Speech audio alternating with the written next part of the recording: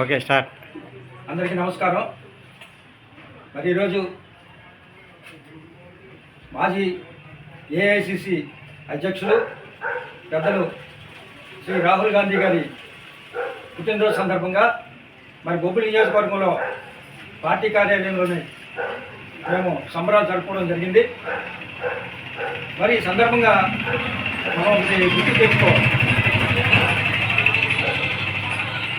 ఆంగ్లేయులు పరిపాలిస్తున్న టైంలో భారతదేశాన్ని నెహ్రూ గారు, మహాత్మా గాంధీ గారు వాళ్ళు పూనుకొని భారతదేశానికి స్వాతంత్రం తీసుకొచ్చేదానికి ఆయన ప్రాణాలు ధనాన్ని వెచ్చించి ఎంతో కష్టపడి మనకి భారతదేశానికి స్వాతంత్రం తీసుకొచ్చారు. ఆ కుటుంబం నుంచి వచ్చినటువంటి నెహ్రూ గారి కుమార్తె ఇందిరాగాంధీ గారు ప్రధానమంత్రిగా చేశారు.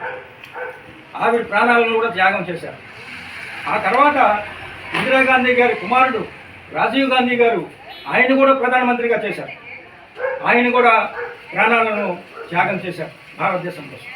మరి ఆయన కడుపును పుట్టినటువంటి ఈ రాహుల్ గాంధీ గారు మరి భారతదేశానికి నిరంతరం సేవ చేస్తూ భారతదేశాన్ని అభివృద్ధి పదంలో నడిపించడానికి ఎన్నో ప్రయత్నాలు చేస్తూ ఉన్నారు. నిన్నగాక మొన్న పాదయాత్ర కాశ్మీర్ నుంచి కన్యాకుమారి వరకు జోడో పాదయాత్ర, తర్వాత ఇంకో పాదయాత్ర చేసి న్యాయ యాత్ర చేసి అనేక సమస్యలని ప్రజలు తెలుసుకొని ఈ సమస్యలు తీర్చేదానికి మరి ఆయన అంతా కృషి చేసేదానికి ప్రయత్నం చేస్తారు.